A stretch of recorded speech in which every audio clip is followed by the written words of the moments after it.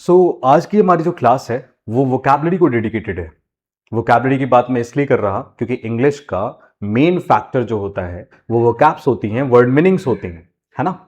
आपसे एक स्टूडेंट की बात जेन्युइन शेयर कर रहा हूं मैं, चाहे वो स्टूडेंट क्लास 9th का हो, 10th का हो, 11th का हो या फिर 12th का हो या फिर अपने लाइफ में किसी भी एकेडमिक क्लास में हो, या फिर वो स्टूडेंट किसी कंपटीशन की प्रिपरेशन कर रहा हो, that is NDA, CDS, AFCAT या फिर सीयूईटी, किसी भी एग्जामिनेशन की प्रिपरेशन कर रहा हो। द थिंग इज कि मेन जो पार्ट इंग्लिश में होता है वो वोकैबलरी होती है, और प्रॉब्लम हम सबको ये होती है कि उस वोकैबलरी को अपने माइंड में रिटेन कैसे किया जाए। क्या कोई ऐसा मेथड है जिससे हम अपने वर्ड को लॉन्ग टाइम तक अपने माइंड में रख सके? ठीक है ना। तो मैं आपको एक स्टोरी शेयर करता हूं। मेरे एक स्टूडेंट था, उसने क्या बोला, वो क्लास 12 पास आउट किया and then he was having a genuine concern कि उसको प्रिपरेशन करनी थी एसएससी सीजीएल की और इनकम टैक्स ऑफिसर बनना था, राइट। उसने एक क्वेश्चन पूछा कि सर, जब भी मैं द हिंदू न्यूज़पेपर या फिर इंडियन एक्सप्रेस जैसे न्यूज़पेपर्स को लेके बैठता हूं, रिगार्डलेस ऑफ द थिंग कि मैंने क्लास 12 तक की पढ़ाई की है, उसके बावजूद भी मुझे वर्ड्स को अपने माइंड में रखने में प्रॉब्लम होती है। न्यूज़पेपर्स के मैक्सिमम वर्ड्स तो मेरे को आते ही नहीं, इतने सारे लिटरेचर और ये सब चीजें हमने पढ़ रखी हैं, उसके बाद भी वो कैप्स नहीं आते। बहुत सारे न्यू वर्ड्स मिलते हैं और जो पुराने वाले मिलते हैं वो तो पता नहीं भूल गए या फिर क्या है, कुछ ही याद है। एक वर्ड स्टॉक कैसे अपने पास लंबे टाइम के लिए मेंटेन करें, राइट। तो इसकी सिंपल सी मैं आपको टेक्निक बता रहा हूं। क्या वर्ल्ड में ऐसा कोई तरीका है जिसमें बिना याद किए आप किसी वर्ड को अपने माइंड में रिटेन कर सकते हो लॉन्ग पीरियड के लिए? तो मेरा आंसर है a big yes, and that is what, so let's talk about this particular thing in the today's class. That is, obviously we are having a best technique of the world, that is the technique of root words. और आपको अब ये मन में आपके आएगा, sir ये root words क्या होता है? तो इन रूट वर्ड्स को मैं एक और नाम दे देता हूं आपके लिए, आपके कंफर्ट के लिए, that is main words, right. अब इन मेन वर्ड्स को क्या, इनके बारे में मैं क्या कहना चाह रहा हूं आपसे, सी, एक एग्जाम्पल के थ्रू आपको समझते हैं। एक बचपन का एग्जाम्पल है, हम सब ने सफिक्स और प्रीफिक्स पढ़ रखा होगा, ठीक है ना। आप जानते होंगे कि एक आपके नॉलेज के लिए, प्रायर नॉलेज के लिए मैं बता दूं कि एक वर्ड होता है इंग्लिश में, दैट इज अफिक्स।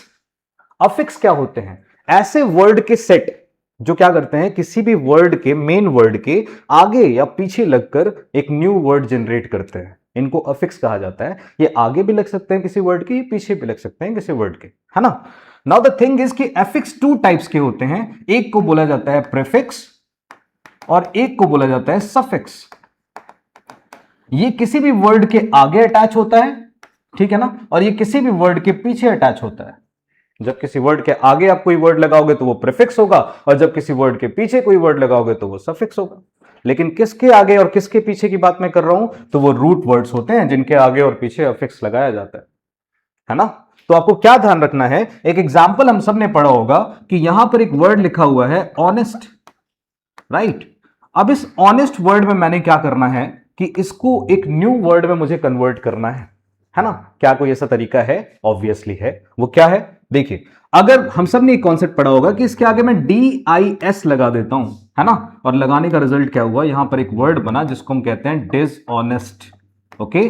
और अब क्या सीन है बताइए, तो ये एक रूट वर्ड था जिसमें हम लोगों ने क्या किया, जिसमें हम लोगों ने आगे प्रीफिक्स लगाया, ओके, प्रीफिक्स लगाया, और प्रीफिक्स को लगाने के बाद से रिजल्ट क्या हुआ, उसका रिजल्ट हुआ कि ये एक न्यू वर्ड हमको मिला, है ना।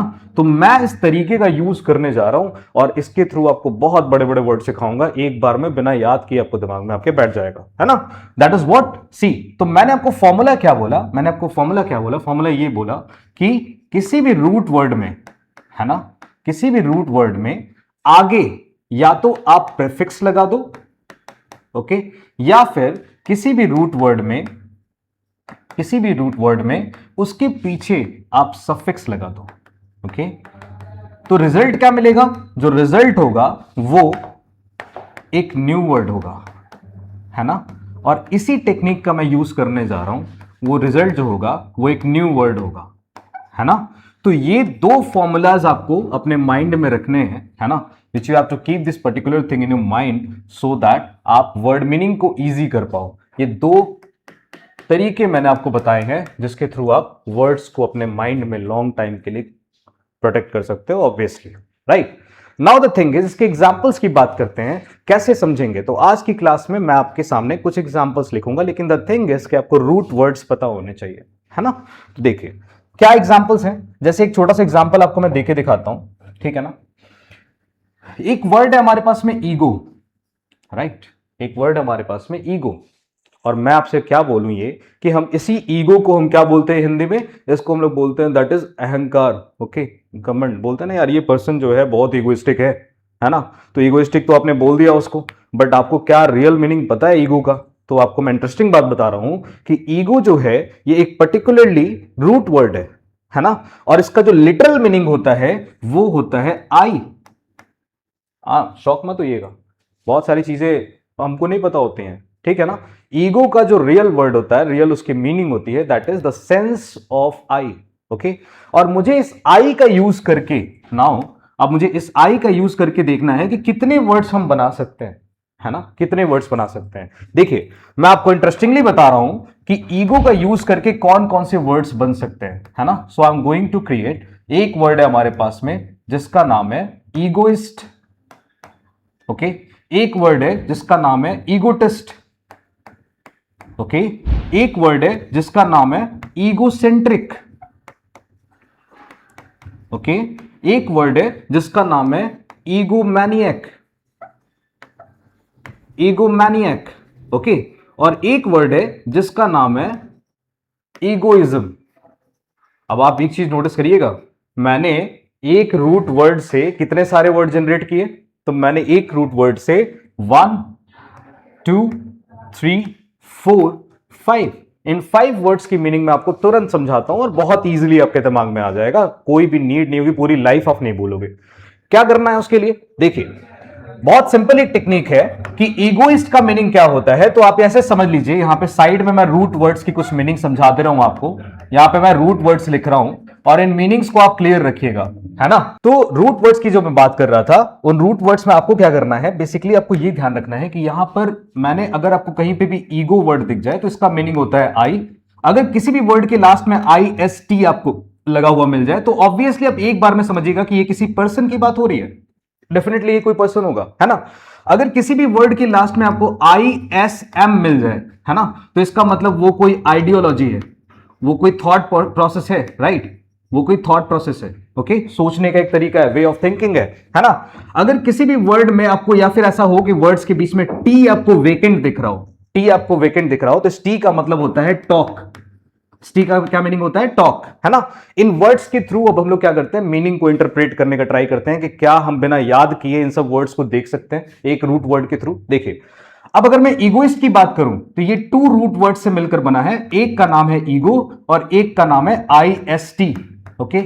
अब ये क्या होता है इसका मीनिंग, तो ईगो का मतलब होता है आई या फिर सेल्फ, ओके, और IST मतलब होता है पर्सन, ओके। अभी बताया आपको IST का मतलब पर्सन होता है। तो अब अगर मुझे इगोइस्ट की मीनिंग इंटरप्रेट करनी है तो वो सिंपल है, दैट इज आई पर्सन या self person, a person who is selfish, okay. तो इगोइस्ट का मीनिंग क्या होता है, अ सेल्फिश पर्सन। तो वो जो बात मैंने आपसे कही थी वो ये थी कि बिना वर्ड को याद किए, है ना, आप वर्ड को अपने माइंड में कैसे रख सकते हैं, तो वो क्लियर हो गया ऑब्वियसली कि इगोइस्ट का मीनिंग होता है अ सेल्फिश पर्सन। अब नीचे वाले वर्ड को इंटरप्रेट करने का ट्राई करते हैं। ईगोटिस्ट लिखा हुआ है, मैं इसको अगर बाइफरकेट करूं तो मैं इसको देखूंगा कि 3 पार्ट्स में ये डिवाइड होगा, एक होगा ईगो, एक होगा टी और एक होगा IST। इसका मतलब क्या होता है, ईगो का मतलब होता है, अभी आपने देखा, सेल्फ या फिर आई। टी का मतलब मैंने आपको बताया यहां पे अभी, टॉक, अगर इंडिविजुअली दिखे तो। और IST मतलब होता है पर्सन। इसका मतलब एक ऐसा पर्सन जो सेल्फ की बातें करता है, खुद की बातें करता रहता है, खुद की तारीफ करता रहता है, और ऐसे पर्सन को हम लोग ईगोटिस्ट कहते हैं, या फिर इंग्लिश में एक वर्ड है narcissist, okay. It means a person who is self praising, खुद की तारीफ करते रहना कि भैया मैं तो ऐसा हूं, मैं वैसा हूं, ये हूं, वो हूं, ऐसा, ठीक है। Now coming on the further part, अगर मुझे ईगोसेंट्रिक की बात करनी है तो ये 2 रूट वर्ड से मिलकर बना है, एक का नाम है ईगो और एक का नाम है सेंट्रम, राइट। अब इन दोनों वर्ड का मीनिंग क्या है, तो ईगो का मतलब आपने देखा इसका मीनिंग सेल्फ होता है, ओके, और सेंट्रम का मतलब होता है इन द सेंटर। इसका मतलब ऐसा जो पर्सन होता है जिसको आपने ईगोसेंट्रिक बोलना है, क्या होता है, ऐसा पर्सन जो भी होगा ये क्या करेगा, ये बोलेगा कि I am the centre of this universe, भाई मैं ही सेंटर हूं, एक तरफ आप देखो कि पूरी दुनिया एक तरफ और मैं इसके सेंटर में हूं, हर कोई मुझे ही देख रहा है या फिर मुझे ही नोटिस कर रहा है, ऐसे टाइप के पर्सन को हम लोग क्या बोलते हैं, ईगोसेंट्रिक बोलते हैं, राइट।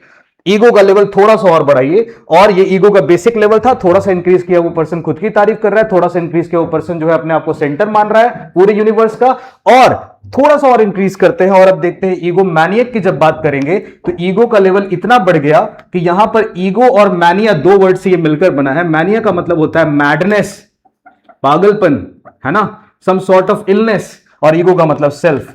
ऐसा पर्सन जो होता है वो इतना ज्यादा खुद को लेकर सेल्फ ऑब्सेस्ड होता है कि वो फिर मतलब कुछ भी कर सकता है अपने लिए, है ना। A person who is so much self obsessed, उसको हम लोग क्या बोलते हैं, ईगो मैनियक, राइट। आपने अपने आसपास में से बहुत सारे पर्सन को देखा होगा जिनको आपने थोड़ी सी भी बात बोली हो और वो आपको बहुत सारा कुछ बोलने लग जाएगा, तुम्हारे how dare you, how did you say this particular thing to me, right. उसको हम लोग क्या बोलते हैं, ईगो सेंट्रिक के बाद ईगो मैनियक बोलते हैं, राइट। अब ईगो से जुड़ा हुआ जो लास्ट वर्ड है हमारे पास में, दैट इज ईगोइज्म, ओके। इस वर्ड का मीनिंग क्या होता है, तो ये टू रूट वर्ड से मिलकर बना है, ego and ism, okay. Ego का मतलब होता है सेल्फ और इज्म का मतलब होता है थॉट प्रोसेस या फिर आइडियोलॉजी, है ना। इसका मीनिंग क्या हुआ कि ऐसा पर्सन जो क्या करता हो या फिर उस तरह का थॉट प्रोसेस जिसमें कोई पर्सन अपने बारे में ही सोचता हो केवल। ऐसे बहुत सारे लोग हैं, आपने सुना होगा कि मुझे अपने काम से मतलब है, मुझे दुनिया से कोई मतलब नहीं है, I don't care about the shit what is happening in this world, right. So इस तरह की थॉट प्रोसेस को हम क्या बोलते हैं, ईगोइज्म बोलते हैं, राइट। सो आज आपको मैंने पीछे की स्लाइड्स में अगर आप जाएंगे तो मैंने आपको एक ट्रेलर दिया कि कैसे वोकैबुलरी को अपने माइंड में रखा जा सकता है। तब तक के लिए आप स्क्रीनशॉट ले सकते हैं, ठीक है ना, और इनको रटने की कोई जरूरत नहीं है। मिलते हैं हम लोग नेक्स्ट क्लास में, तब तक के लिए थैंक यू।